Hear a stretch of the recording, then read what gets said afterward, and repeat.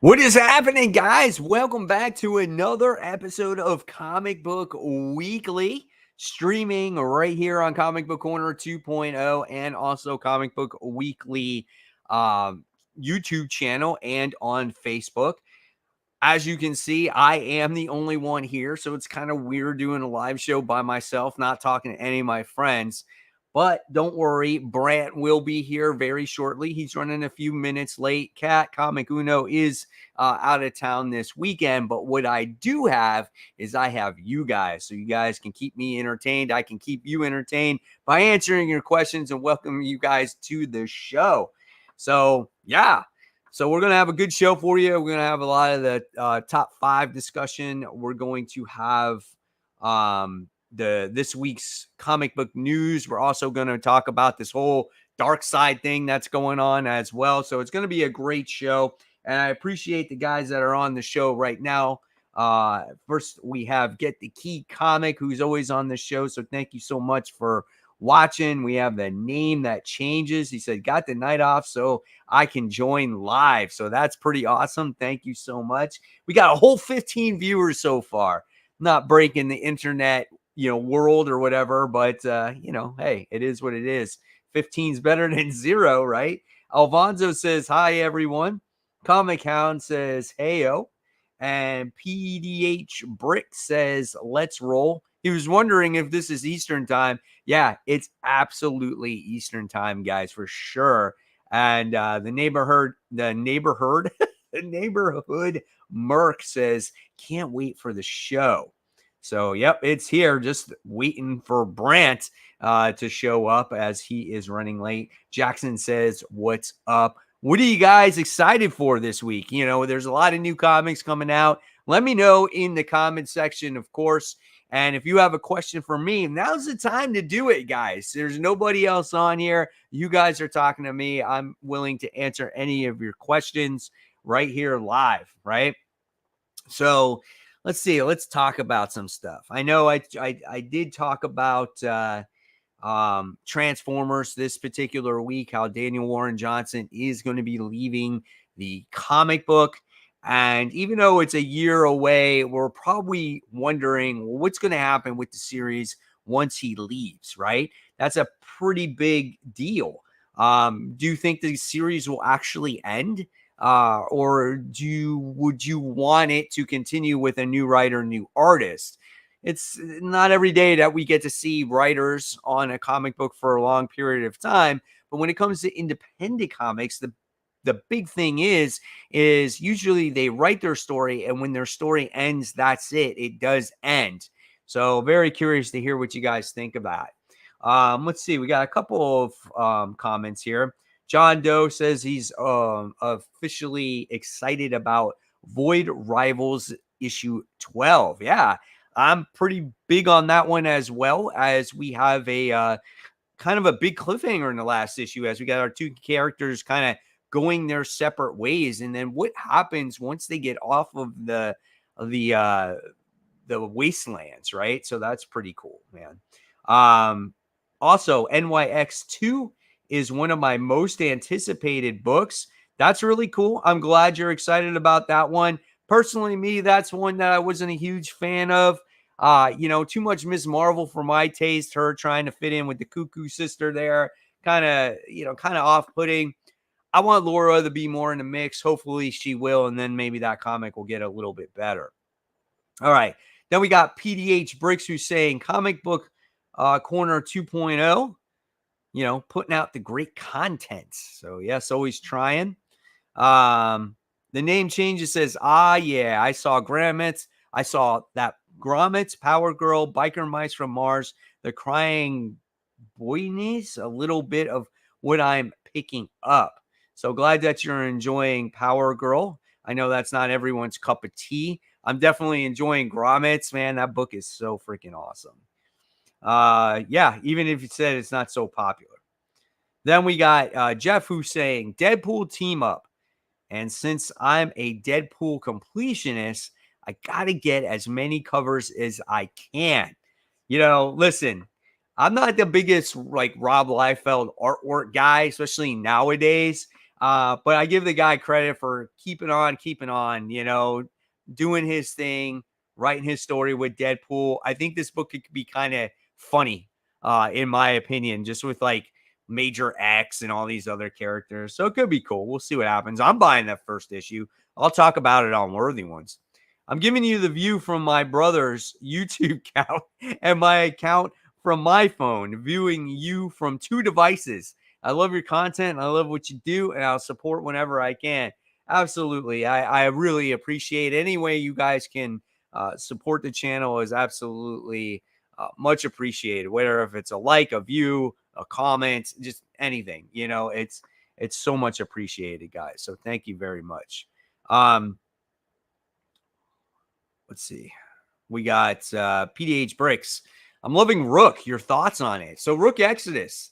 I found out, I think yesterday or today, that the book was delayed a week, and it was on my top 10 most anticipated for the week. And I love that book. It is literally my favorite book on the stands besides Transformers. Rook is an original book, right? They're all original characters. So that's why I would say that's my favorite book. It's so exciting. I've said this before. It's like an action figure when you were a kid and you go to the store, you buy that toy, you take it home, you can't wait to open it.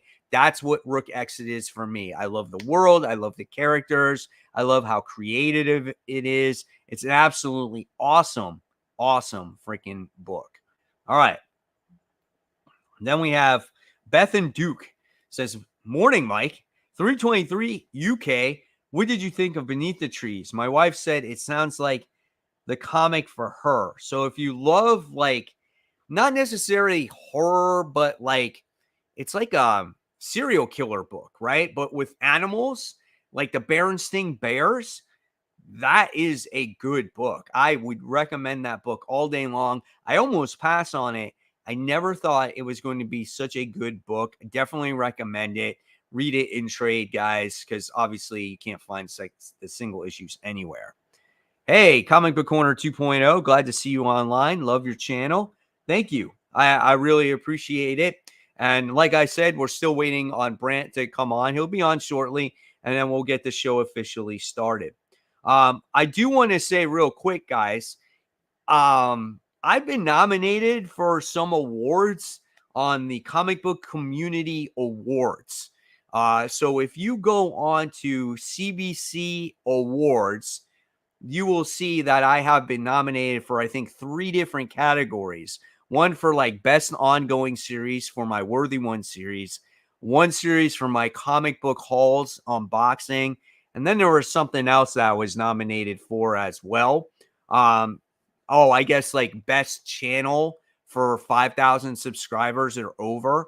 So again, if you go to cbcawards.org, you'll be able to vote for me there, and maybe I can pull off a victory or two. But I appreciate the guys that did nominate me. And I don't know, man. I never expected it. So thank you so much. All right. So the neighborhood Merc says, I had a friend that went to San Diego Comic-Con and picked up the Hyde Street ash can for me.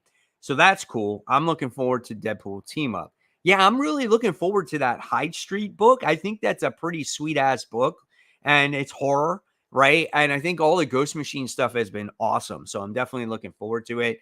Like I said, a Deadpool team up is like a wild card. It's like a 5-issue miniseries. We'll see what Rob has to, write when it comes to, Deadpool there. Adidas says, what do you think of the new Chasm book? Will you be reviewing it? Fox scares me, but some people claim he's getting better as a writer. Yeah, I'm picking it up just because it's Chasm, it's Kane. Kane, we haven't seen it in a long time. So, and it's a #1, so I'll talk about it on Worthy Ones. I don't have high expectations for it, honestly, but let's hope it can definitely deliver, right? Next, we have Comic Hound, who says, I'm trying to catch up on the Sacrificers this week. Yeah, please go ahead, catch up with it. It's a Rick Remender book. I think he's a solid writer. He's written some great stuff, man. And I know I was talking about a little bit today on my Facebook group.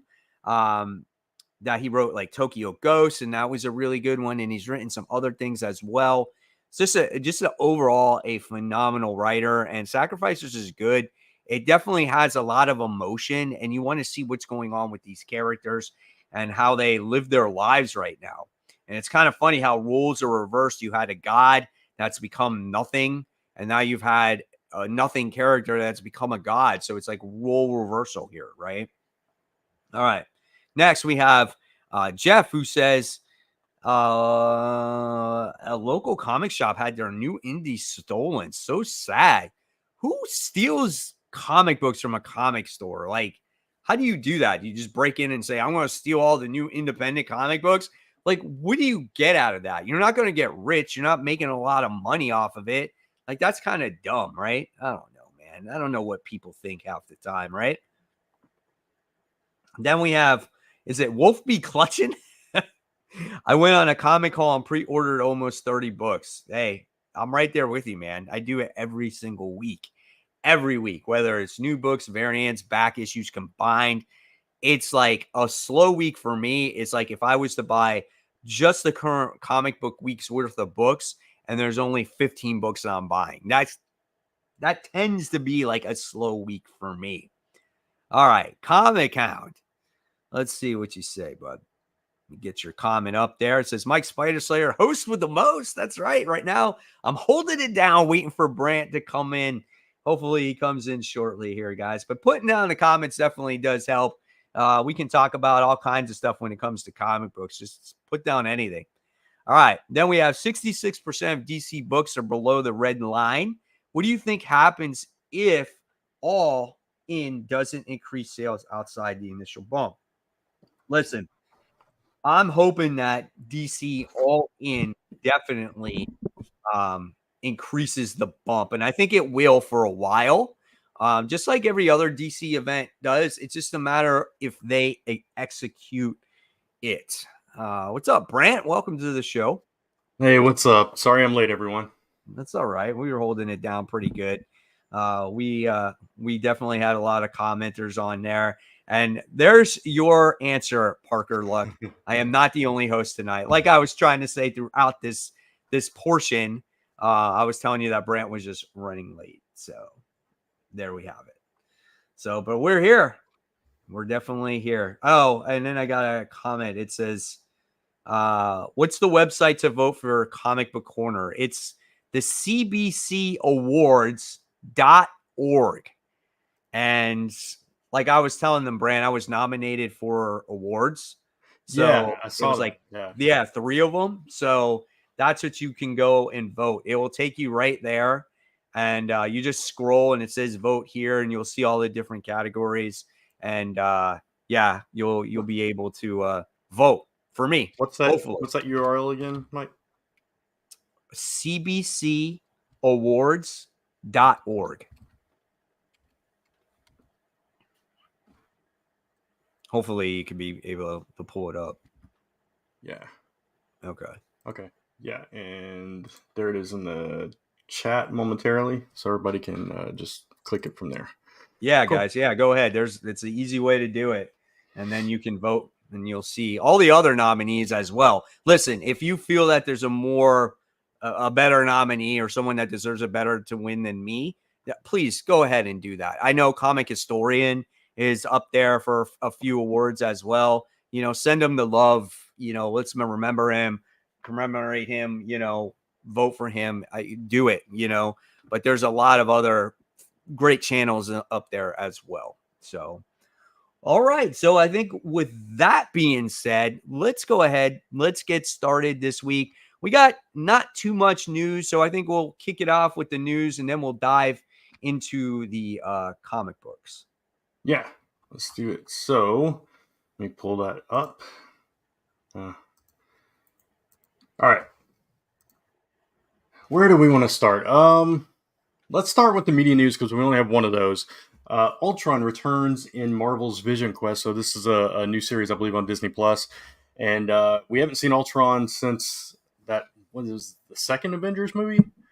Was it? Yeah, it was. I right. Think so like second or third. Just around him. Yeah. So we haven't seen him since then, but now that we're going to be focusing on Vision, it makes sense that we would kind of go back to the Ultron, you know, thing, the Ultron element of his journey there. So It's kind of that's going to be funny how interesting. how Yeah, he's making like a mini comeback because he's yeah, going to be in this show. He's on like the West Coast Avengers book now. You know what I'm saying? yeah, So I guess maybe that's part of it too. But I mean, and I haven't really read anything with Ultron since like the Age of Ultron too. Like it's been a yeah. long time. And I like that. I like that he's been kind of out of our, day to day, week to week, whatever, because he's, sometimes we talk about how villains get bombarded on us, and it's like, oh, I'm sick of Bane, whatever it was, back in the day. And at one point, Ultron was that too. Ultron was like everywhere, and then he just like disappeared forever. And Yeah. so it's cool to see him come back. And same thing, like Bane is another example of that, because we haven't seen Bane in a long time. And so if Bane were to come back, kind of the same thing. And I like it when they do that, when they give us a breather so that we can appreciate the character more. Absolutely. Yeah, absolutely.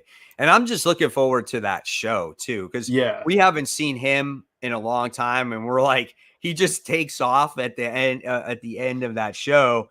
And you're right. just kind of like, okay, what's going on with Vision? Right. Yeah, exactly. Because I mean, man, that's been years now, right? Yeah. Jeez, we were like, oh, are we gonna get a season 2? And then nothing, and then nothing, and then they did all kinds of other stuff, and it's like, where's Vision? Exactly. Yeah. So Like we the one finally give. series you would want to see a sequel to. Right. Exactly. But no. But we're back. We're getting it back now, so that's cool. All right. Absolutely. Let's see. What do we want to talk about next? Let's talk about. We'll just get this one out of the way. Let's talk about Miles Morales' new suit. Yeah. So I'm trying What to is it? screen share this. The vibranium suit? Yeah. Let me Like see. he doesn't get too many suit upgrades. Like I think Cody Ziegler's messed around with that vampire suit that he had, right? Yeah. And then now he's got this vibranium suit, but I think it's only supposed to last a couple issues. There we go. Uh-huh. So that's not too bad. No, it's cool. Listen, I mean, why does he wear it? I don't know. Yeah. I don't know either. But Like, I like Cody Ziegler and Miles Morales, so I'll trust oh, it. oh, absolutely. I do too. I think it's really good. And is he still a vampire at this point? Like he's a vampire for a long time, I think. Yeah, I think he's still a vampire. Let's turn that comment off there. All right. Yeah, so I don't know, but it's, every time we like see a new like suit for a character and we know it's not going to last that long, it's like, okay, it's a new suit. It's cool. I do Whatever. like the spider, like how it's on his body like Yeah, that. it reminds me of the video game Peter Parker Spider-Man one with the white spider Yeah. that kind of drapes around. It's very similar to Yeah. that. So, yeah, it's cool. I don't mind it at all. I mean, I like this much better than like the real baggy one that he had there for a while. Yeah. I just that seems so not functional for a superhero fight to me. Yeah. I don't know what they were doing. It was like he was wearing the baggy clothes with the hoodie and Yeah, he was wearing the sneakers. And it's just like, wasn't that the last run? yeah, I think so. Right? That was So Sullivan Ahmed who wrote that one. yeah, yeah. So I wasn't in love with that costume, but this one I don't mind. It just feels like, okay, now Miles is doing what Peter's done for years. He gets a suit for a certain event, then it's over. He goes back to the regular one. It's cool. Yeah. All right. Staying with the Spidey family, we got all new Venom, which kind of spoils, not really, but kind of spoils the end of Venom more, because we know that Dylan and Eddie are still around, um, and all that. Now there's somebody new wearing the Venom suit, and this new book is apparently like a mystery where Dylan has to find out who's wearing the suit. Yeah. Why couldn't it be somebody else trying to figure it out? And you know who's Right? writing it? Freaking Al Ewing again. Yeah. Like, God damn it, dude. Why can't we get somebody else? Yeah. I mean, who was the artist on this? Let me stop screen sharing and I'll check. It says so. I totally forgot. Yeah, I'm looking for it. Oh, come on, get to it. Carlos Gomez. Okay, yeah, that's right. So, I mean, it looks cool. So, go back to it again. Yeah.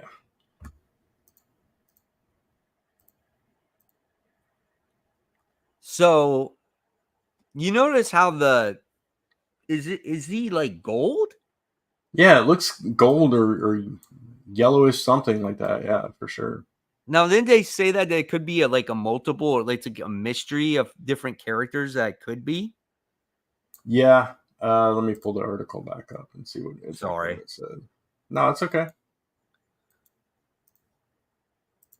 But I mean, I don't mind like the look of it. I think it looks kind of cool. Yeah. Carlos Gomez is a good artist. I love his artwork. It's just going to be the writing that might be just really like all over the place. Kind of like how this Venom run has been. That's why I wish we had a new writer on it, you know? Right. It does say 4 different suspects. I'm trying to see if it tells who the suspects are.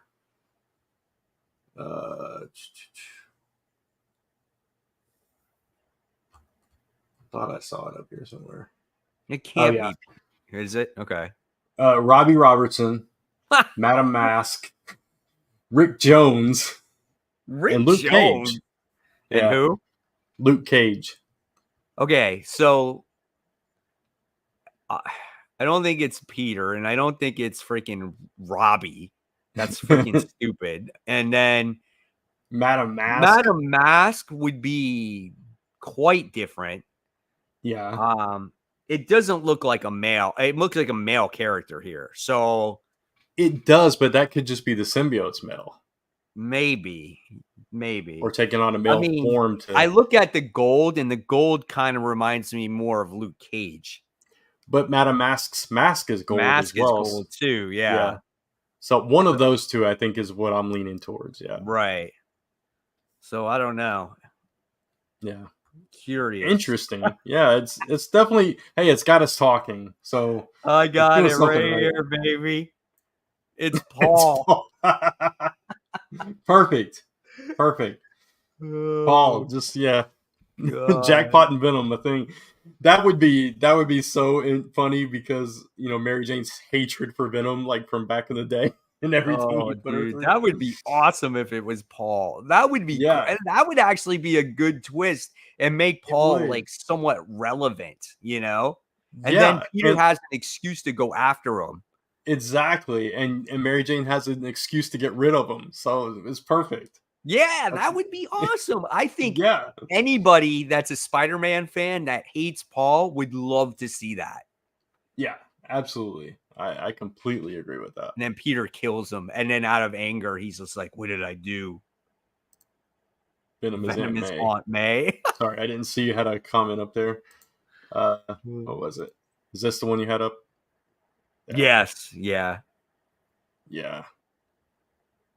I agree. I think that's a strong contender for it. But I like Madam Mask. I wish they would do more with her. Like when she popped up and like led all the gangs in Game War, I thought that was pretty cool. Very promising, where she had that pipe and she freaking took down Hammerhead. And then it just got so lame from there. And I was like, man, the book had so much potential. And then her role just like died out completely. Yeah, exactly. So, all right. Let me talk about this real quick because I know you don't read the Power Rangers books. I'm curious if maybe you might jump on with this because it's we are getting a brand new Power Rangers ongoing series from the writer that was writing the last run. So this been writing it for the past like 20 some odd issues until it ended.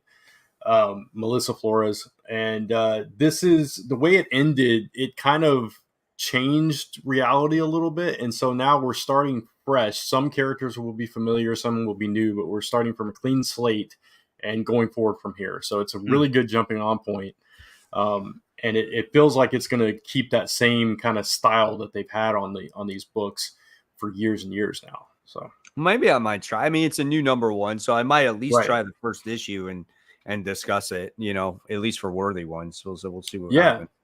Yeah. So I'm excited about it because when it ended, it's like, oh man, such an epic run. I don't know what they're gonna do, and keeping the Right. same writer on, it's like, okay, now I have faith in where it's Like, going because but I why yeah. start it over though? Like, I don't get it.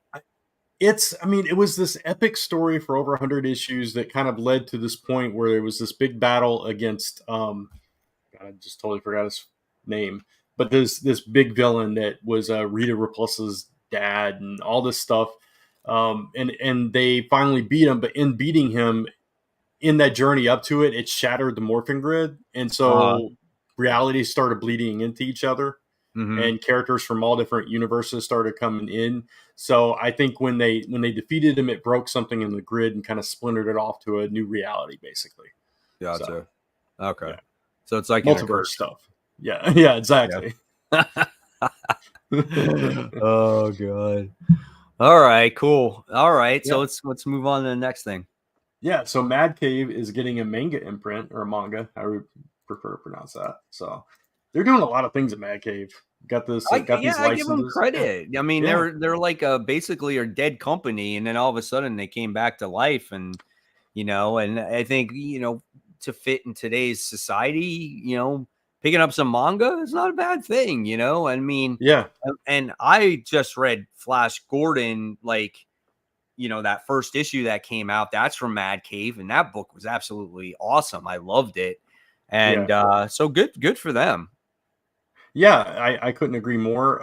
They're a cool company, but like you said, they weren't like making a lot of waves. They came out with a big splash, but their books, I don't know. They did some cool books, but they just weren't talked about a lot. And then they started getting all these licenses, and they're doing a lot with that. And they do this talent hunt every year, which is kind of cool. And they bring in new writers and stuff like that. So, and some of their like early books, like one of their longest running series is called Battle Cats, and it's anthropomorphic Yeah, fantasy stuff. So it kind of yeah, fits in that vein. It's a natural progression of like, okay, let's right. just do some manga, throw some manga in there. So it's pretty cool what they're doing. Yeah.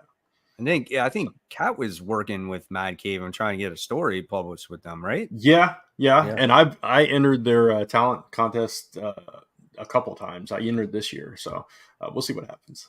They announce winners next Hey, you month. never So, know. yeah, you never know. So yeah, I'm enjoying what they're doing. They put out some cool books. All right, so I think we only have a couple of stories left. Oh, yeah, we'll do this one next. Ghost Machine's Hornsby and Halo comes out in November, so we're finally getting another series from Ghost Machine. Been enjoying everything they put out so far. This is the one with the Angel and Devil thing. Oh Um, yeah, that's right. I'll definitely give it a try. It seemed interesting. yeah, Um, I don't know what the longevity of that series could be for me. yeah. But I'll definitely give it a try for sure. It's Peter J. Tomasi writing it, so Okay, that's a that's pretty good. plus. We haven't gotten anything from him as of recent, right? No, not for a bit. I'm trying to. Because I I can't remember remember. reading the preview, and the preview was good. Yeah, yeah, I agree. I like this one and that one with the family. Those are the two that kind of stuck out to me, aside from the ones that are out now. So, yeah, I'll definitely give it a shot as well. And then like this kind of is crushing, but at least we got some time with him. But Daniel Warren Johnson is leaving Transformers after 24 issues, so he's still with us for a while, for a little Yep. bit. We're only on 11, I think, was the last issue that came out. So we've still got like a year's worth of issues with him. But after that, I don't know what's going to happen. Yeah, I mean, I was talking to the audience about that before you came on. Yeah, And just like, it's like, what do you do? Do you find someone similar, or who do you get to replace him? Do you end the series? Like, what do you do? uh, What do you yeah, do? that's a good question, and I can't see ending the series, but maybe Right. I mean, unless they're gonna like relaunch it with a new direction or whatever. I would imagine at that point, like, just thinking about where we're at right now, I would imagine at that point, this whole thing with Shockwave Soundwave has resolved. Maybe Megatron's introduced back into the series, and we're getting this proper war started between the Autobots and Decepticons, and all this stuff. So it kind of sets the stage for the next whatever leg of the story is. Either that, or I could see them like spinning off into specific characters and that kind of thing. Hmm. But I don't know. I would think it would continue on, but I don't. I don't know. It's so much is up in the air with that. I know, and it's Yeah. just like this is perfect. The way it's being written now is Yeah. absolutely perfect. I don't want someone to take it over and then fall into that trap that Right. that it was for all these previous years. Yeah. I It's, agree. Yeah. So it's hopefully it's somebody that has worked closely with them, with Daniel and everybody at Skybound and stuff, and kind of knows the vision and the style that they're going for with these books, and right. can keep that same kind of good balance of action and drama, and keep it like those core characters. Like I appreciate, even when they've added new characters in this run, Still core. that that it's still core. You're still focusing on a handful at a time, so it's not overwhelming, and you have to remember 20 different people speaking in a Right. scene and all that stuff. Yeah. Well, it's kind of like what the show always had. It always Right. had their core characters, and then they would introduce a few new Decepticons or new Autobots in there for like that week, and then Yeah. like you wouldn't see them again for a little while. But Yeah. it lets it let the audience know that there was other Autobots and Decepticons out there. It's like they were Yeah. guest starring. Right. And GI Joe is the same way, because when you're dealing with such a large cast of characters, you kind of have to do it that way. Or like Justice League Unlimited, the cartoon, you'd only focus on who was ever crucial to that mission at the time. So Right. Exactly. yeah, they continue doing that. I'm on board. So Infamous Mike Manhattan said, what if Joshua Williamson takes over? I mean, that's like best case scenario right there, right? Yeah. I mean, he is writing the G.I. Joe book, though. Yeah. So I Which don't know if he could do both. I agree, that would be a lot to balance, but if there is like a plan to have them interact with each other and kind of cross over, that would make sense for him to Right. write both. Um, but yeah, it just depends on like where they're going to converge and stuff. I would hope that they stay in their respective like books until like something special. You know what I mean? Mm-hmm. So I mean, obviously we have Transformers in the GI Joe universe already, and we've kind of played with that a little bit, but not at like that large scale where they're Yeah. just like showing up in each other's books all the time. Right. Exactly. Yeah. Adidas BB says Kirkman actually was working on a Transformers movie at one point several years ago, but dropped out. I mean, I'm good with Kirkman writing it too. That would be a very different book, though. Yeah. His style is so different. You want to talk about like draw out? His book will Yeah. be drawn out. He'll take a scene, a panel in what is Warren Johnson's book, right? And then he'll like spread it out in an entire issue. Like Daniel Yeah. Warren Johnson is like balls to the walls. Like a lot goes on in his books. Robert Kirkman is completely opposite. Yeah, exactly. All right, so that brings us to our last story. Like I said, not that much, which is our topic. Darkseid was DC All In and Absolute is the title of the story. So basically, there's a promo image coming out in something that's in some kind of book or something that's released tomorrow. And they Bleeding Cool kind of spoiled it with this. They showed a like screenshot of it, and it's showing like that promo image that we saw where it was flipped, like you had one side of so it's flipped right side up, and we can see that thing in the middle is the Omega symbol, and it's kind of alluding to the fact that maybe Darkseid is dead, maybe Waller killed him, maybe somebody else killed him, but he's integral to like both universes in his death or his rebirth or whatever it is, and we just don't know all the details yet. So this was just dropped like this week, so we don't know much about it until more details come out. So yeah, I thought I read something where it's like he dies and it creates this vacuum in space, which opens up the absolute right. universe to get these characters here. That's interesting to me. Mm-hmm. I don't know if I agree with that though, because I don't want Darkseid to die. Like I thought he was going to be like a total. I mean, who knows? We don't know everything yet, but if he is to die, I want him to be prominent. Like I want him to be the big bad again. Like I haven't Yeah. seen Darkseid in a very long time, and it's just he's such a menacing character. I feel like he's like Thanos, but for Yeah. DC. And it's Exactly. just Yeah. like, and written right, he is just a complete badass. And if he dies just to open up the absolute universe and you don't see him again, I would be pissed. Yeah. I can't imagine that they would use him like as a masthead for this whole thing and not have plans to bring him back, especially doing a New Gods book, which is part of this whole thing. So I think the ultimate, kind of goal here is to reintroduce him, and maybe, who knows, maybe the absolute universe is his universe. Maybe somehow it's created new and it's like his universe versus the main. I don't know what's going to happen. Maybe But it was you're going to see an absolute dark yeah. side come through. Oh, that would be interesting. That would be Right? interesting. Maybe he's even more powerful. That Yeah. would be crazy. Yeah. So either way, it's again, it's got us talking. It's got us interested.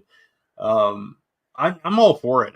As long as, like you said, he's just not dead and gone, and he's, it's like a Flash situation where we don't see him for 20 years. I mean, we haven't seen him, like you said, in a long time. There was that epic battle, and then he just disappeared, and we haven't heard anything about him until now. So hopefully that was, strategic, that they were taking him off the playing field so they could reintroduce him here. So The last time I saw him, I don't know if you read it, was in the World's Finest comic book. yeah, that's what I was talking about. It was Yeah, that right? like, big epic battle between him and Right. Superman. Yeah. That was it. And I felt that the way he was written there was perfect. And and that's what I would like to see again. I mean, I'm telling you, I know a commenter asked me about the DC universe, about DC All In, and about, is this an important, initiative for DC? And I really do think it is. You got to do something for a lot of people to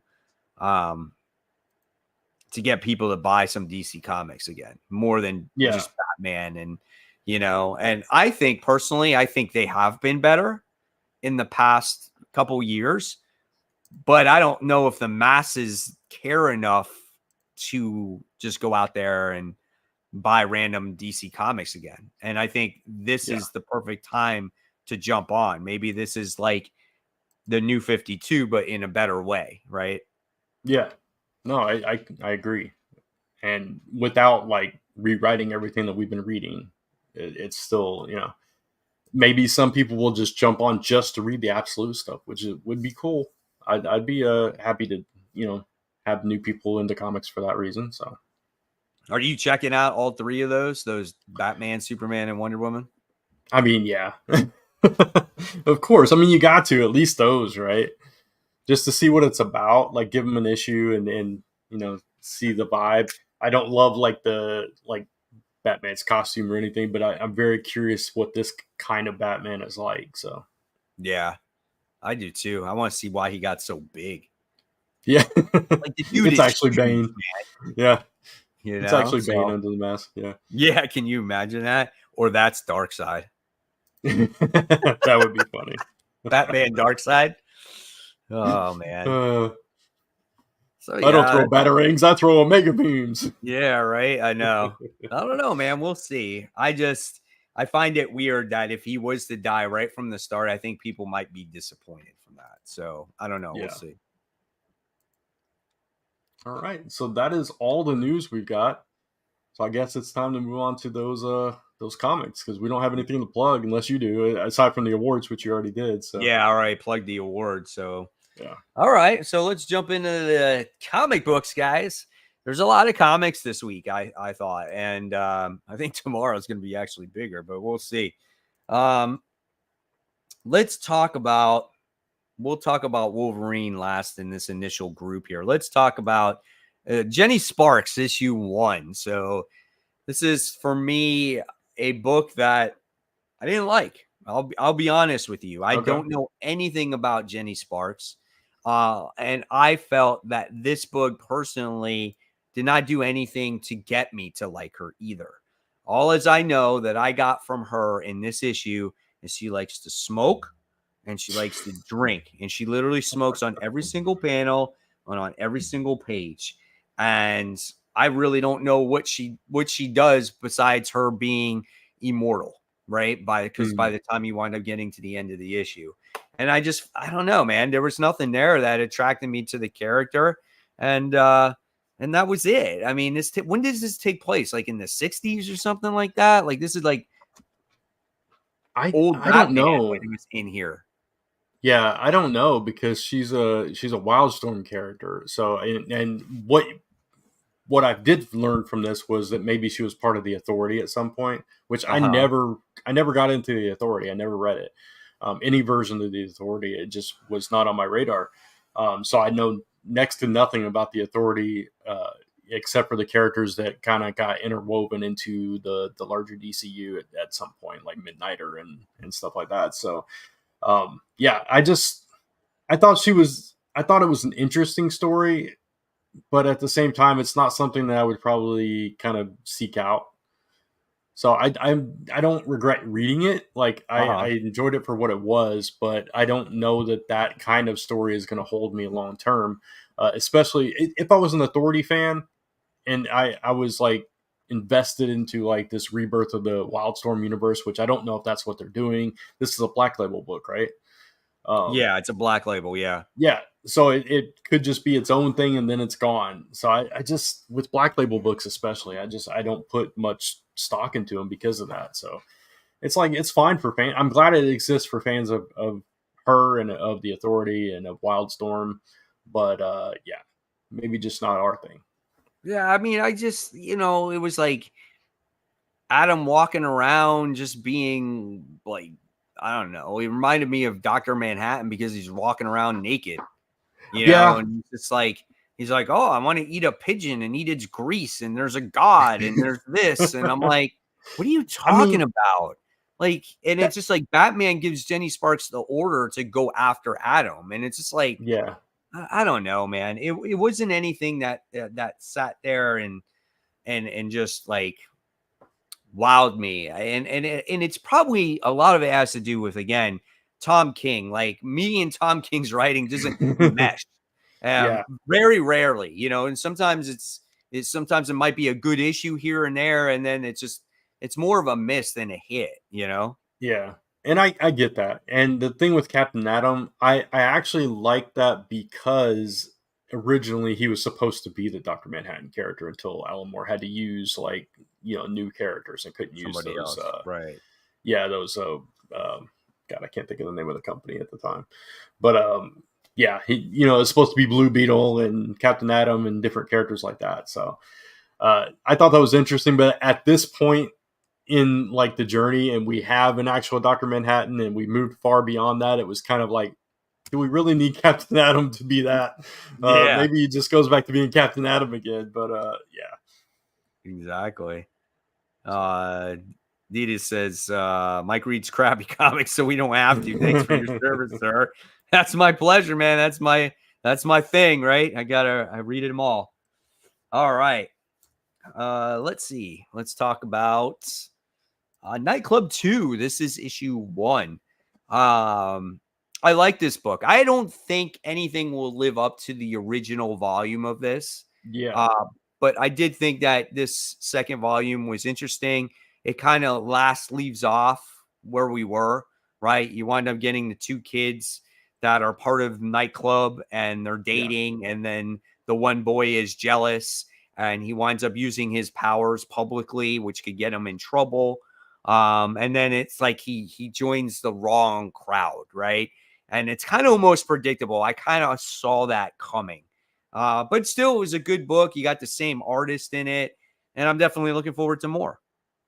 Yeah, like you said, the first run was just there was something special about it, and um, I I don't know. I like them together, so I hope that they get back together. But I think it's really interesting that the one character is just kind of Breaking Bad. It's just like going completely to the dark side, Yeah, which is an interesting twist to do with these brand new heroes. But they're also teenagers, right? So yeah, they're going to make rash decisions, and they're going to get their feelings hurt really easily, and that kind of thing. So it kind of makes sense. It's a good book. I enjoyed this book. I like these characters. It's interesting to see vampires become like, very colorful parkour like superheroes instead Yeah. of like a brooding dark. It's Right. something different. So I really appreciate that. So I like this first issue as well. Yeah, the end of it was funny though. It's just like all of a sudden he beats up a bunch of them, and he's like, Yeah. "I'm gonna be part of your crew now." It's like, Yeah. oh man, we just made one freaking 360 right there, you know? Right. Yeah. So So it's gonna funny. be gonna be the rival gangs. So it's gonna be fun. Absolutely. So you'll see them fight, and we'll see what happens with them. Yeah. All right, so let's move on to probably which was one of the highly anticipated books of the week is Wolverine Revenge issue 1. There was the regular edition, there was the red band edition. Not too much difference between the two. I got both. The last page was the page that probably made the difference. The one thing that I'm sure that we can all agree on when it came to this book was the spectacular artwork from Capullo when it came to Wolverine. I don't Yes. think his art is the best on all the other characters, though. I don't think he draws a very good Omega Red or draws a very good Captain America or even a Nick Fury, because Nick Fury looks too happy and Omega Red has the lips like Captain America. Like all his lips look the same. It kind of Yeah. wigs me out a little bit. And Captain Yeah. America's eyes are like too bright. So, you know, So here's the thing with the art. So I love Capullo's art. I think the inking and the coloring here didn't do it as much service as maybe another team would, because it was hmm very clean. It was a very clean hmm look for Capullo's style, and that yeah, was a little off-putting for me. And I think that was I don't think it was as much Capullo as it was the whole package, and it was a specific aesthetic they were going for. That's fine. It just wasn't what I was used to from him, because I'm right. used to more dark and gritty. Yeah. So Seemed yeah, very so light. right, right. So it was just odd. It was an odd, and I think I had to adjust to it. You know what I mean? So, but and as far as like the blood, the red band ish of it, Deadpool this week, he cut a guy's hands off, blood gushing everywhere, Yeah. legs, limbs, everything. You're Yeah. seeing Yeah. bone marrow Yeah. and all this stuff, and there was no red band on that, No, so it's just dude, I so know. annoying. I Yeah, made that a point too yeah, in one of my videos. I'm like, how can this book not be explicit content? And yet you have Wolverine that doesn't have nearly the amount. You know, you get see yeah, Wolverine, gutting up some dinosaurs in the beginning and then him regenerating in the last page. Like, and there's one other page where he's getting stabbed. But besides that, there really wasn't anything there where you could sit there and go, really, this is a red band. yeah. It's just this whole thing. It's obvious. It's the most obvious marketing gimmick they've employed in a long time. It's just like, Yeah. buy this extra edition to see all the blood. No. Yeah, I mean, if you were gonna go like balls to the walls and be serious about it, you're gonna put in the gory content. You're gonna Yeah. put in the curse words. If this is going to be like your black label, red band, whatever you want to call it, Vertigo. Yeah. do Yeah. do Whatever it it. is. Do Yeah. it. People will buy it, but don't like fake people out on it, because then eventually they're just gonna be like, I'm not buying it because Yeah. there's no real difference to it. Exactly. Yeah. The only one I've seen like somewhat worthy was that one page in Blood Hunt where the dude that wears like the statue face was like ripped into. Yes. That was the one scene I was like, okay, this can warrant that Right, way. because that elevated the story too, Yeah. you Right. know? Yeah. And it was a completely different page. It was like a Yeah, different perspective on that scene and everything. So, right. But but going back to this story, mhm, I didn't think it was the best story either. right. It was something that I did not expect. I did not think it was gonna be like an Elseworld story or a what if story or whatever you wanna call it, and I just felt like the plot of the story of what has happened and where the characters are was just kind of weak in my opinion, because it's just like it's one of those things where it was just like, okay, all these people died, the asteroid M came crashing down, and now we gotta get this device so we can save a bunch of other people. You don't see any other people suffering in this book at all. They just go to Yeah. this mission And then all of a sudden, Omega Red, Sabretooth, and Deadpool are there. And the others get captured, the others get killed. And then it's just like, okay, now what? And it's just kind of like, where are the stakes? Like, I wanted to see that asteroid crash. I wanted to see the people die. I wanted to see the heartbreak from Colossus, because Colossus is kind of the twisted character in here, right? I want to see what these guys gone through. Now, maybe it suffers because it's only a 5-issue series and they don't have time to tell that story. But if there's a buildup to get to the point where we got to in this very first issue, maybe I would have appreciated a little bit more. But I just felt like we're thrown in this world, and now it's just like Wolverine blew up, and then that's it. Now he's going on his mission on his own, basically. Yeah. Before I give my thoughts, I do want to address this. We saw intestines, but we saw all that in Sabretooth War with no red band label. You're right. Sabretooth cut people up left and right and left their intestines strung across the snow. He cut Dawkins up in pieces and put him in Happy Birthday on it. Right, exactly. So that's all I'm saying. Right. As far as my thoughts for the story, I was a little disappointed. I didn't know what to expect from it, but I was like hoping to be blown away, I guess, and I wasn't. And I also didn't realize, like you said, Elseworlds, whatever. It was definitely set in a specific nostalgic period of time when Magneto died and Asteroid M crashed and exploded and the MP went across the Marvel Universe and all this stuff. So it was at a specific time in Marvel history, and I was hoping it was going to be like more current, me too, and stuff like that. Yeah, so I was a little disappointed in that to begin with, because I don't remember everything, so I don't remember what was going on at the time, like where Wolverine's head was at the time. So it's like, I'd have to think really hard to figure out what was going on in the Marvel Universe at that time to kind of appreciate the circumstances that they're under here. Right. But other than that, it was just like a typical team up book in the Savage Land or whatever. Yeah. And but everybody died. Except him. But everybody died. Yeah. But, it's comics and we know they live eventually. So, whatever. Yeah. It's weird. It doesn't make sense because if Captain America dies, Winter Soldier dies, but they're all still alive now. So it can't be a story that takes place in the past. It's got to be a what if book. Yeah, exactly. So unless they're not really dead or they come back somehow, which then it's like, okay, what was this for? So I don't know. I don't know how to feel about the book. It wasn't a bad book. No. I enjoyed the read. Me too. It was fun. It was fine. But it just, I don't know. It wasn't what I was wanting from it, I guess. Yeah. Yeah. I would have loved to seen it be more current based off of the current times of what's going on, Yeah. I don't know. It's same thing, We'll see. We'll see where it goes. Hopefully the next issue surprises us and goes, man, this issue was a lot better than issue 1, Yeah, I hope so. All right. So with that being said, let's kick it off here. Number 5. What do you have for a number 5, Brent? I was quickly trying to put together my top 5 while we were talking about all the news. So I don't know if this is completely like set in stone, but I'm going to go with Wonder Woman, issue 12. This was a fun little story where Wonder Woman and Damian were trying to like one up each other on how if they could break Captain Boomerang. Like Wonder Woman was trying to use love and Robin was trying to use fear. And it was this back and forth thing. And Wonder Woman kept losing her cool and slamming Captain Boomerang's face through the table and whatever. I thought it was just fun. It was like in the midst of all this chaos that's going on right now with absolute power and everything, they're just like having a fun day out with this supervillain and kind of torturing him through it. It was just funny, and I enjoyed it.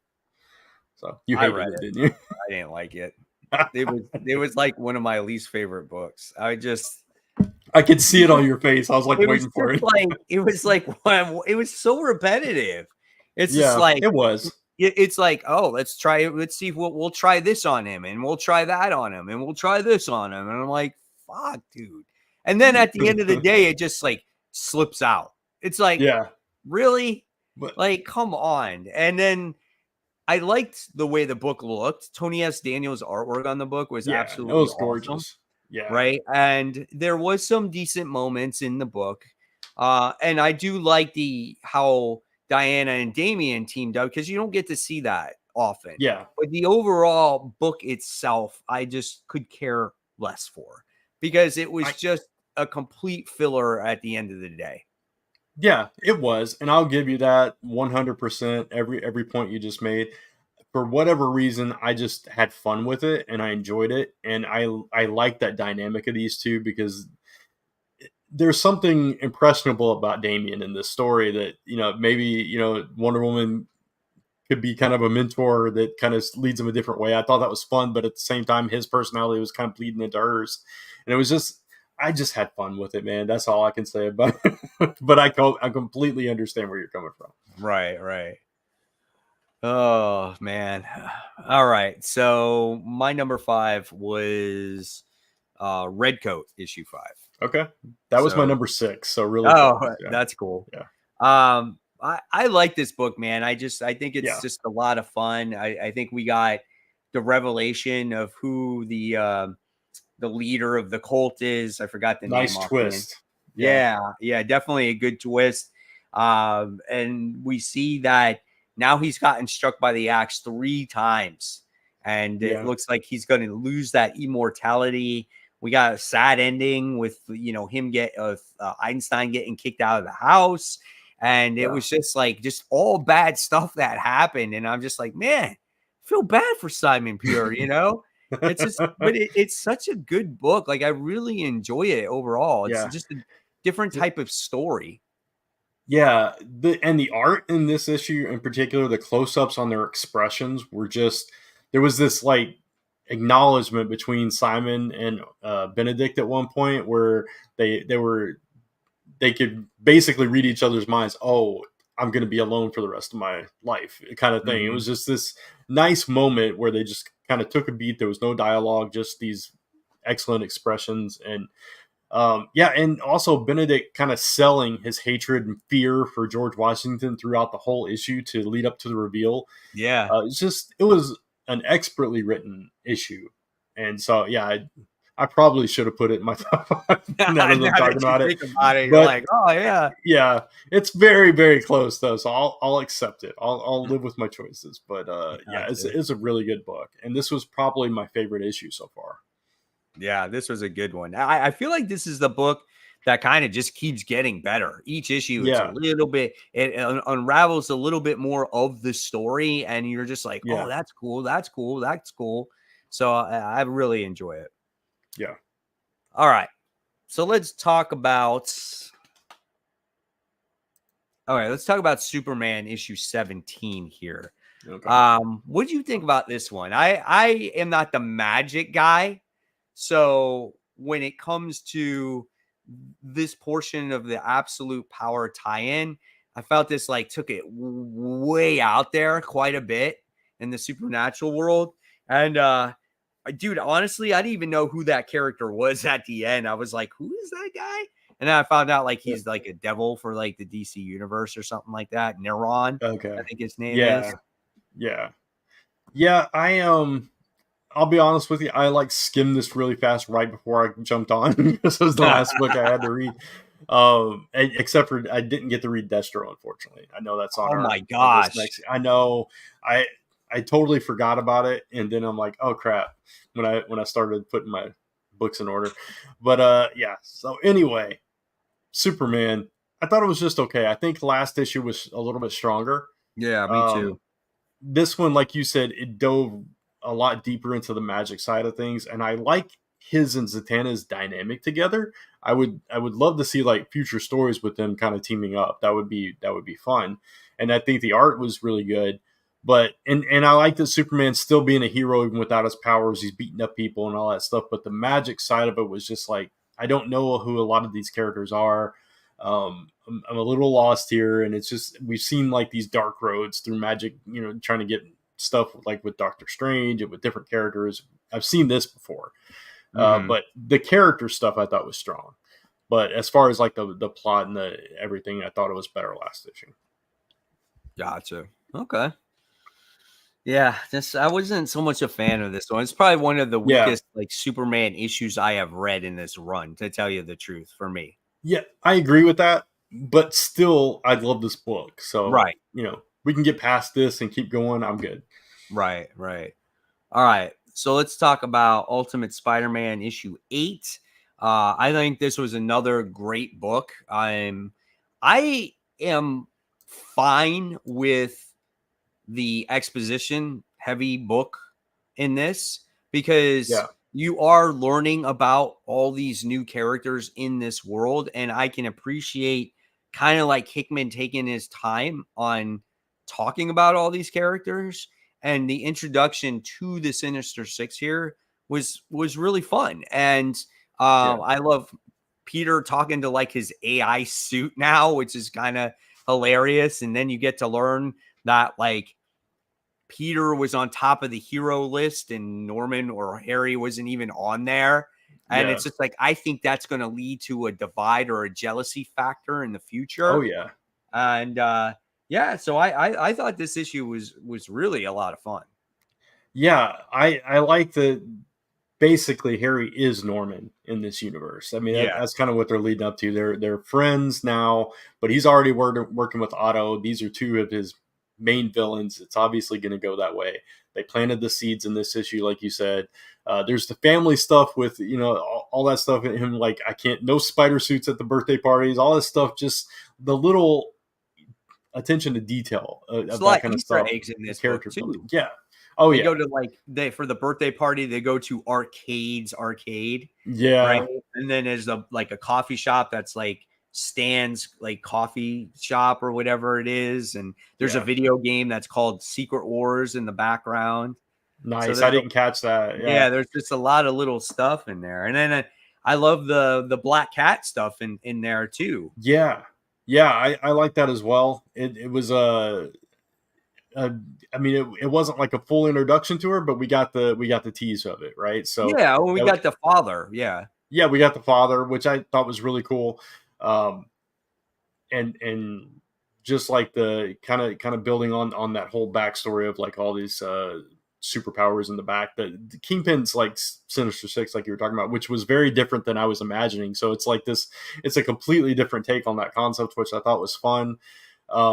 Just like little stuff like J. Jonah Jameson being lonely and kind Yeah. of and connecting with Peter's son, I thought was a nice moment. There's just so many moments in this book that Right. it's like you said, I don't mind it slowing down and kind of telling this very human story within a Spider-Man world. Right. It just there's something refreshing about it and something that just kind of draws me in. And to say that about a Hickman book for me too, it's just Yeah. like it blows my mind. It's just like this is the best Hickman book I've personally ever read.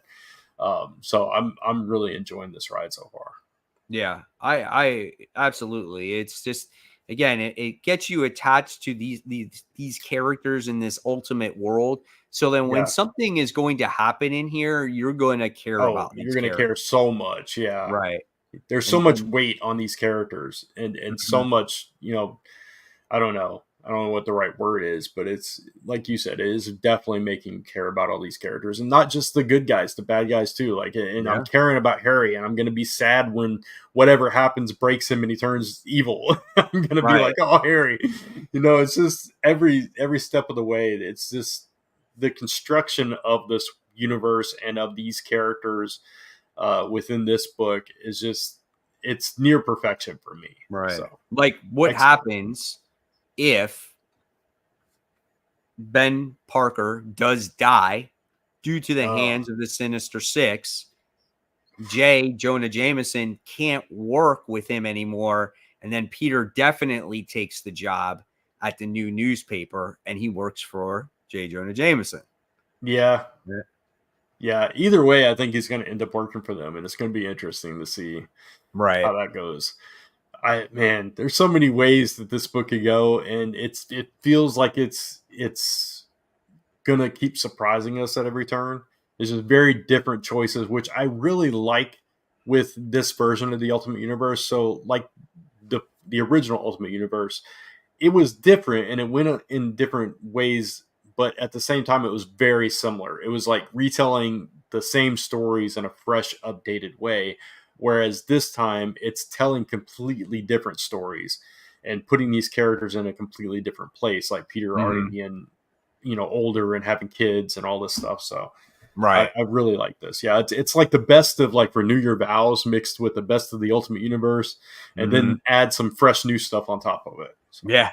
It's funny because if Hickman were to write Amazing Spider-Man, it would like, I wonder what he would do with that, because it's a Yeah, different, it's the main book, So here he yeah. gets to play around, which I think is kind of awesome. That's the thing. I think it wouldn't be as good because he would be under the same restrictions as that every single Amazing Spider-Man writer. You got to keep him here. You got to keep Mary Jane and Paul together. You got to do Right. this and that. So yeah, Paul. it's hard. I imagine. I never had the pleasure, but I can imagine it'd be very hard to write under so many restrictions for a character. So. Absolutely. All right. So Destro. So read it Yeah, as soon as possible. I sure. personally liked it. I thought it was really good. Okay, We do get to see a fight between him and the Chameleon. nice. I will tell you this. You do get to see the origin story of the Destro clan. Okay, Yeah. nice. I cannot wait to read that then. I'm So so mad that I forgot it. that's what made the book like my favorite issue of this Yeah, series so far. nice. So, Very cool. Can't wait to read it then. all right. So then let's move on to number 4. What was your number 4, Brent? Nightclub. So we already talked about it. Pretty cool. My number 4 might be the same. Yeah, it is. It's not. Yeah, it is Nice. Nightclub. Yeah. So that's cool. Very All cool. right. And so now we talked about Wonder Woman issue 12. Let's talk about, okay, I can't talk about Witchblade because my shop received their copies damaged. So I'm waiting on Okay. mine. But did you like it? It was okay. I think last issue was a little stronger. This issue was mostly about her trying to figure out, without spoiling it, trying to figure out whether this new weapon gives her control over her body or if it's put her in a prison. And Mm, by the end of it, it seems like the latter because something happens that she couldn't quite control. So that's like the gist of it. gotcha. So it was decent. I like where it's going, but it was a lot of exposition in this book. There was a lot of inner monologue. So Gotcha.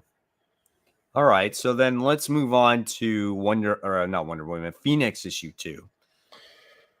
I think I'm Okay. dropping this book. You're in the same expression as me here. Yeah, I was on board with issue 1. I was like, we'll Me see where this too. goes. Yeah. But after this one, I was just like, I don't know that I want to read this story now. I Because know. it And, just, and then also yeah, I don't feel like I don't know where this is gonna go in the long term. Like if this is the yeah, best that you have to write to kick off an opening story arc, I don't yeah. know, man. I don't see it going, very far. Yeah. And it's like, stupid jokes about her father-in-law being half naked aside, it just it feels like this is going very uh cosmic adventure of the day. You know what I mean? So, let's, we're going to fly through space and solve this problem. Now we're going to fly through space and solve this problem. It just, that's where I kind of see it going. And that's not what Right. I'm into. Yeah. Not that I have a problem with like space issues, but that specific kind of what's the word I'm looking for? Procedural kind of thing Yeah. where okay, it's and I don't know. That's just feels like what it's going to be, and I like the Black Order, but I don't like the way they were handled in this issue either. Mm-hmm. It was kind of boring, so I didn't love this issue, and I don't see me continuing with it based on this issue. So Yeah, me too. I went yeah, from actually liking the first issue yeah, going, man, this was one of the best X books in my personal opinion right, because of the way they got the reader to get attached to Jean Grey and things that she's right. been through and why she's in space and how she misses Scott, the team up with Richard Rider. And then all of a sudden it was this. And I'm like, Yeah, yeah, yeah. this is not for me. Yeah, so now, like you said, last issue was Nova. This issue is Corsair. It's going to continue into next issue. Then it's just going to be cosmic guest stars, and Right. so maybe if somebody like pops up that I'm like a big fan of, like she comes into contact with like a Darkhawk or something like that, I'll pick it up. But as far as like continuing, I don't see it. There's too Yeah. many other books. Yeah, exactly. I think that's what it comes down to. Yeah. All right, let's go on to our number 3. So what's your number 3? Mine is a new book called Standstill from Image. Did you read this? I actually did. I forgot to Okay. even put it on my list because I read it digitally. I don't think my shop Yeah. had it. Okay. It was an interesting book because at first it gave me speedster vibes, but it was like stopping time. And I thought the character was interesting in that he seems to have some kind of ethic about him, but he's like, a paid assassin or whatever. But it Yeah, seems like, he's doing like, if he sees an injustice or whatever that he doesn't agree with morally, in his like twisted morals, he'll take care of it. But right. I just thought it was an interesting. It felt like I was reading almost like a Quicksilver book. The way that he was, his kind of cocky and stuff like that. But and the art was like really strong. It was a little gritty, but really really strong details and everything. So I enjoyed it. I liked it. And Yeah, I like the like scene on the plane. Yeah. Go ahead. yeah, I like the device that he had, and it's a Yeah. device that looks like it was stolen Yeah. because it was from the Pentagon, and then the Right. scientist that they introduced in the book, it looks like they're going to be calling him to make another one because they said, "Oh, can Yeah. we replace it?" So it looks like there's going to be some kind of like he's going to maybe go after him, like Yeah. follow him through time travel or something, you know? Right. Yeah. It was an interesting first issue. It hooked me. So that's why it ended up in my top 5. It's like, okay, if a number one, I know nothing about can hook me like that, then yeah, I gotta include it. So we'll see if it continues to be up in that echelon going forward. But I did like the first issue. Yeah, absolutely. All right. And then my number 3 was Destro. So we did talk Okay, about that book too. cool. All right. So let's talk about Nightwing issue 117. What did you think about this penultimate issue? I love that he's finally over this fear of heights and stuff. I thought it was a Uh-huh. fine issue, and Yeah. I think the strength of it though. Well, obviously the stuff with Dead Man, I thought there was in kind of digging into his past was interesting, but the ultimate strength of it was the reveal of like him figuring out who Heartless is, and also him remembering that he was actually Zuko's target, which I thought was a Yeah. nice twist to Right. end it on.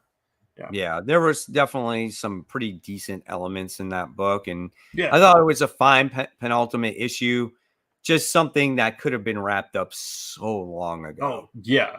so Absolutely. long ago, and so it didn't like I liked it, but it didn't get me to be like, man, that was so awesome! I can't believe how's it going to end. Right. It just seems Yeah. like every other issue of Nightwing, I cannot believe that this is literally ending in one more issue. Like, I Yeah. can't believe it. It's hard to believe. It's I forgot to even include it in my rankings here. Like I'm looking through it. I'm like, where did I put it? And it's not there. That's sad. Yeah, it wouldn't have been my top 5, that's for sure. But Yeah. the art in this book is absolutely spectacular, and that's what annoys me more too. It's like this is such a pretty book, and I want and there are some really good moments, but if it had just told that cohesive, heartless story, I think, and like you said, wrapped it up sooner, I think it would have been more enjoyable. But Hopefully, like, Tom Taylor kind of learns his lesson here and maybe does something different when it comes to the detective comic book, you yeah, know? I So agree. we'll see. All right. We are moving on to okay, no one read Predator and Black Yeah. Panther and Uh, Power Rangers I'll, Infinity. I'll be very quick about this. If you if you were looking for what came before, this was not it. This was a one and done. It was a one shot story. It was fun, but it was completely unnecessary, and it has no impact on anything whatsoever. It was just this fun little story that I guess they wanted to tell that was very meta. It was an aspiring comic book artist that was obsessed with Power Rangers that goes to a convention and gets a portfolio review and somehow gets pulled into this adventure as an actual Power Ranger and then ends up back at the convention and gets to pitch her story. And that was basically it. So it was goofy, it was colorful, but it was completely unnecessary. So you're like, and it was that. Yeah, exactly. All right. So let's move on to number 2. My number 2, believe it or not, was Ultimate Spider-Man. Okay. I'm curious to see what your number 1's going to be now. My number 2, yeah, go ahead. Go ahead. No, you go. You got to do it. My number 2, it might surprise you, actually. It was a Namor. What? Issue 2. Yeah. What the? I'm really enjoying this. It's like he's doing the Thor treatment on Namor. It's Jason Aaron writing it. It's the Seven King. Do you read this book at all? I don't know. I read the first issue and I hated it. I really liked it. I really liked that first issue, and I really like this one too. So now he like confronts one of the kings and he like challenges them to this like certain rite of passage, and there's like a betrayal in this issue with a childhood friend of his that's now a king as well. And it was just, I don't know, there's something. This is the best Namor I read, so I'm really enjoying the journey so far. So I don't know, man. I'm like Kat when it comes to Namor. And I get it. Yeah, just don't like the character. Like, this version of Namor I like because he's not so uppity. Right. He's learned from all his mistakes, and now he's he's gotten pulled back into this realm, and now he's got to save Atlantis and all that stuff. So yeah, Mr. Negative said I heard the second issue was a lot better. I thought it was, yeah.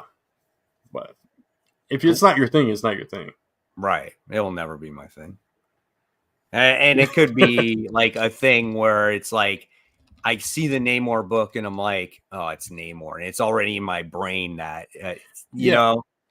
And I get that. And there was that long Thor run with Jason Aaron. So it could also be that fatigue as well. And I get that. But I don't know. There's just something about this so far that I'm enjoying. So gotcha. All right. So let's move on here. We got Titans issue 14, which I marked it down, but I did not read that book because I honestly, it's more Raven stuff, and I actually am so over that whole thing. So this entire issue was Raven. There was like no mention to what's going on with Absolute Power or anything. It was all about Raven. I didn't like this issue. I'm done with this arc. I can't wait for it to be over.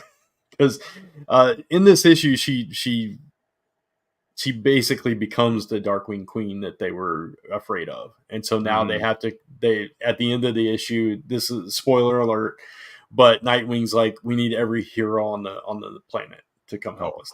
So basically, that's literally what he said. He was like, I need every superhero in the world. It's more important than Absolute Power right now, right? That you got to call in everybody, right? So it's just like, really, come on. So yeah, that's funny.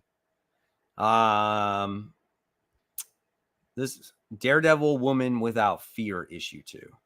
You didn't read this? You're not reading this series? No, I don't read this series. Okay.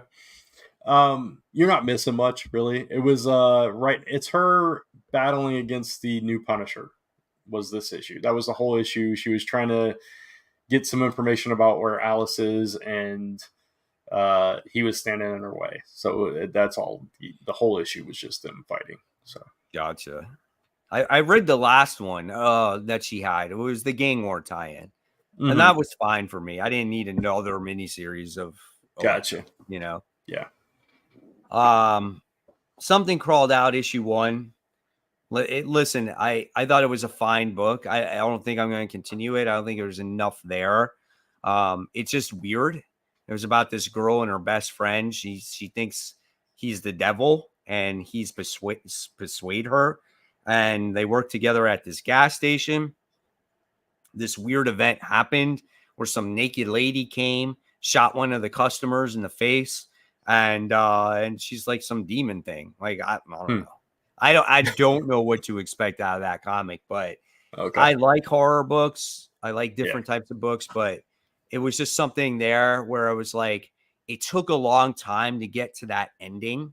And then I was like, okay, that's kind of cool. But same thing, like the other book I talked about earlier, is there enough here that I want to continue it, like Phoenix, so I'm probably just going to pass on it going forward.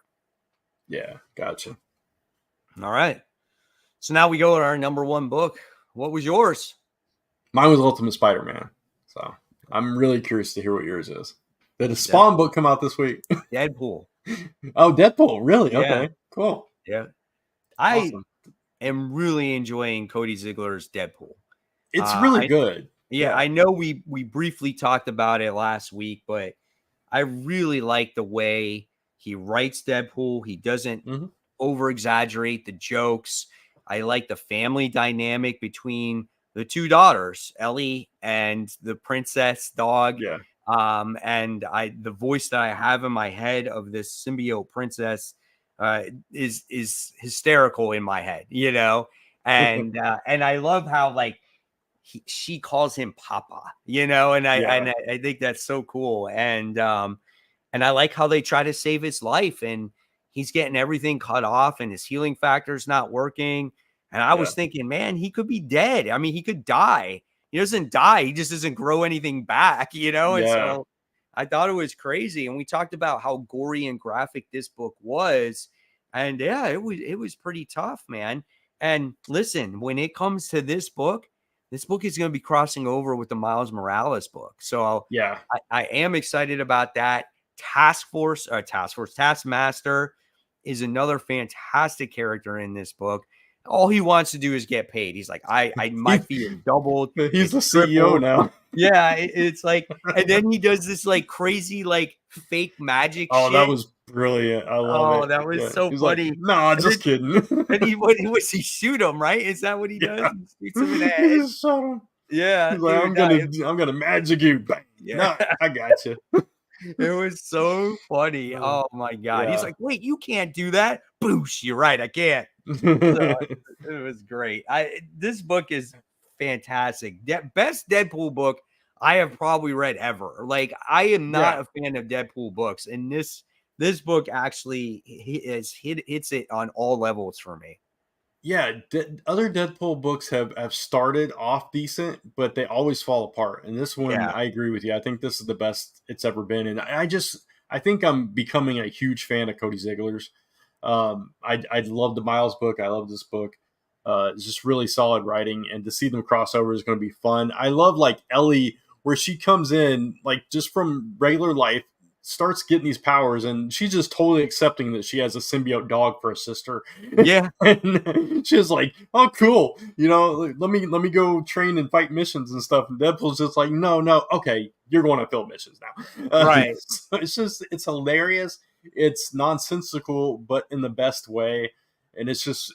Yeah, it's so fun. It's so good, and it's so balanced. Like we keep talking about with this book, it's not too much of the fourth wall. There is still some of that, like it took us 3 issues to get to this point, and it's like, what? No, never mind.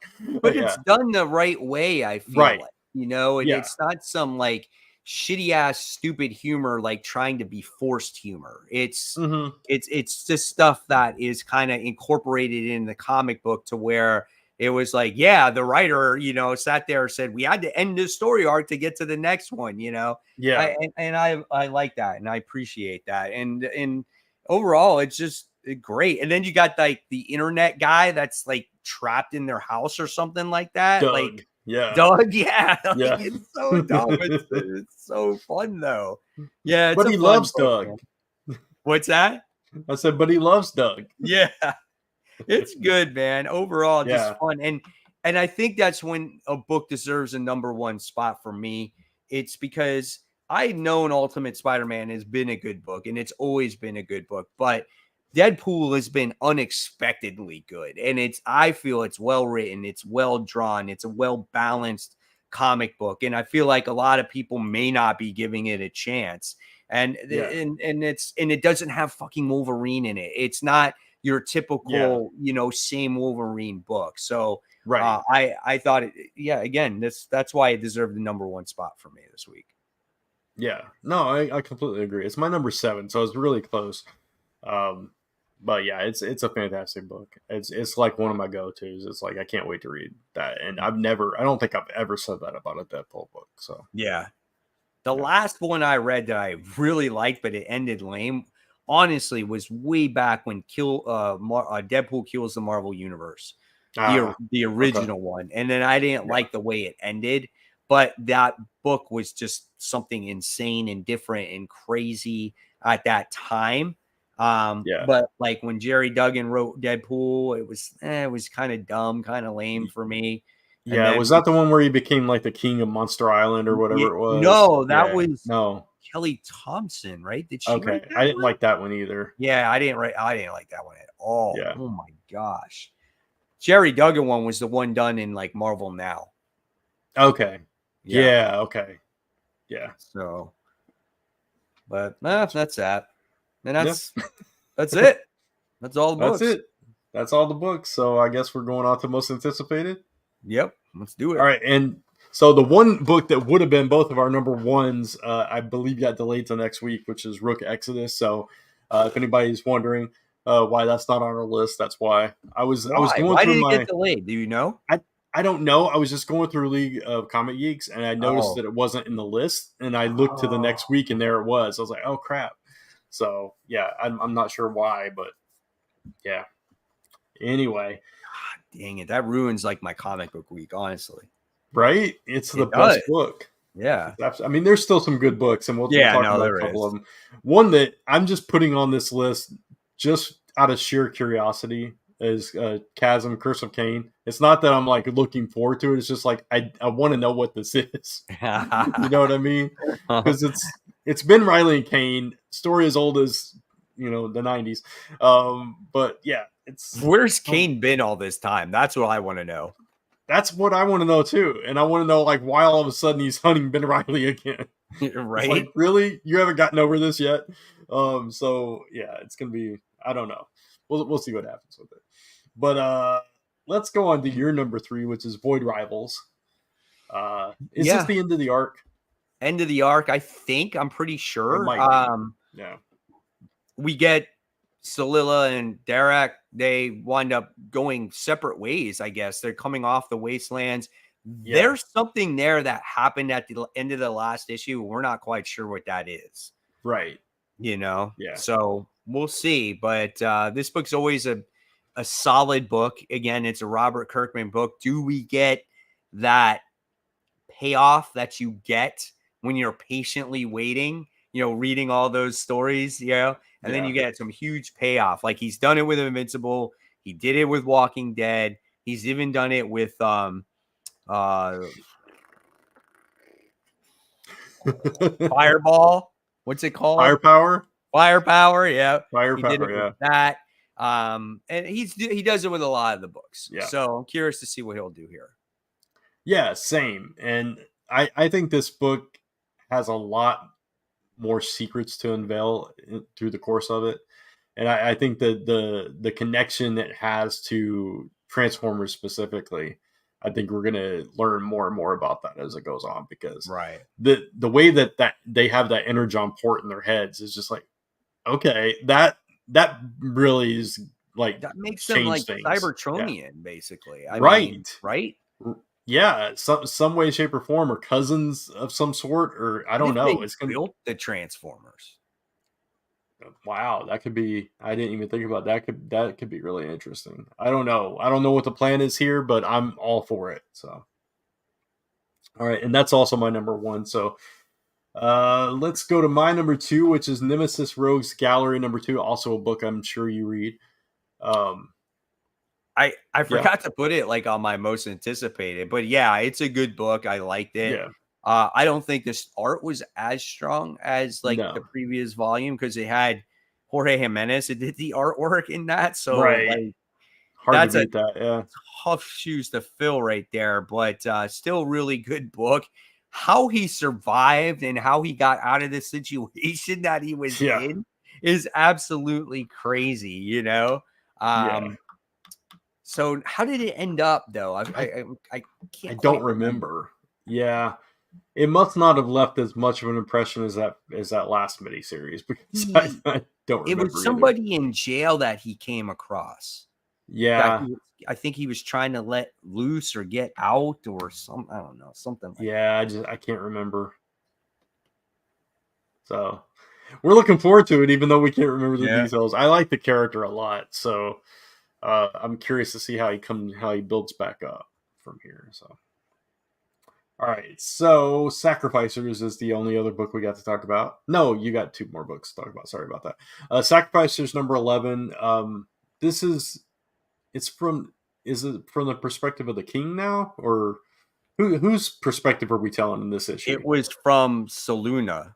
Oh, from Saluna. Okay. That's where we've been. And so Yeah. in the last issue, we wound up seeing her lost. Like she doesn't Yeah. know what to do. People don't believe that she was the king's daughter. Right. She had that goo inside of her, and it started eating people and killing Right. people.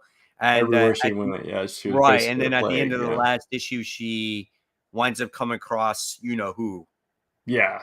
right? Okay. And So and it's them meeting up. Okay. Okay. right, and so it was really emotional. I felt really bad for her. Like she didn't know she was beside herself and just absolutely intense. So the emotions that go into this comic is really, really good. I think that's what I love so much about it.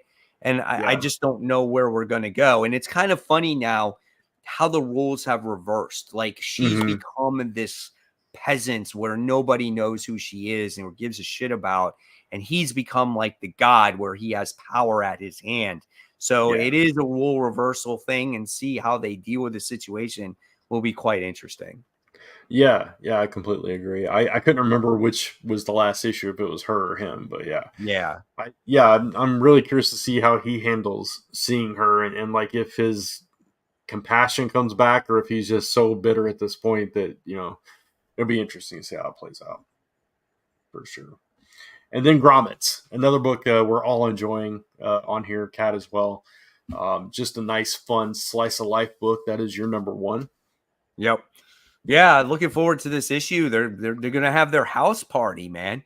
They're gonna Mm-hmm. invite the Jens over, and Yeah, all three of yeah, them. Yeah. I think it's cool. My wife's name is Jen, so I think it's kind of funny. And what's gonna happen at this party, man? I am really curious to see. And that's what's so great about this, because you can imagine your 15, 16-year-old self having a house to yourself, inviting some girls over. Like that's just a big deal, you know? Yeah. And so I think that's going to be a lot of fun. This series has not disappointed me yet. So No. excited to read it. I tell you what, man, if Rook X's came out, that solid 4 books would be really good to read, man, right there. Yeah. Yeah. It's even without it, it's a solid week. But with Yeah. with it, it would be like, you know, if Ultimate Spider-Man had come out this week too, that'd be just like, oh man, I'm done. But yeah, it's some strong books out right now, some really strong books, and I hope that continues. So always good when you have books you're really looking forward to. Yeah, absolutely, man. It makes the week a little bit better, because Yeah, in all reality, there's not every book can be top tier like that, you know, right, just the exactly. way it goes. Yeah. All right. So I think that's about it, Brant. You have anything else that you want to say though before we hang it up for tonight? No, just Kat will be back with us next week, and so we'll have the full cast. So at least that's the plan as of right now. So join us next week as we're back on that weekly schedule. If you did not know, so Yep, that's that's it. it. Every week until one of us says, "Hey, I can't make it tonight," and then Brant will be like, Exactly. "You really want to go tonight or not? I'm kind of tired." And then it's like, "Yeah, no, nah." it You know, it will it happens. inevitably happen, but It hopefully happens. not this soon. Yeah. Yeah, yeah, Uh, exactly. Our goal yeah. is to keep it going, guys. That's what we do. It's tough to do this show this late at night, but it literally is the only time that we can literally get together because we're always working. But absolutely. but we do appreciate you guys all watching. It was a lot of fun. And as always, make sure you subscribe to Comic Book Corner 2.0 as well as Comic Book Weekly, as you can watch all the episodes on Comic Book Weekly back to back to back to back. Doesn't cost you anything. Make sure you hit that thumbs up. Make sure you hit the bell so you don't miss any notifications. And of course, guys, like usual, happy new comic book day in 4 minutes. Hopefully you enjoy your new comics. And as always, guys, we will see you next week. Take care. Good night. Bye.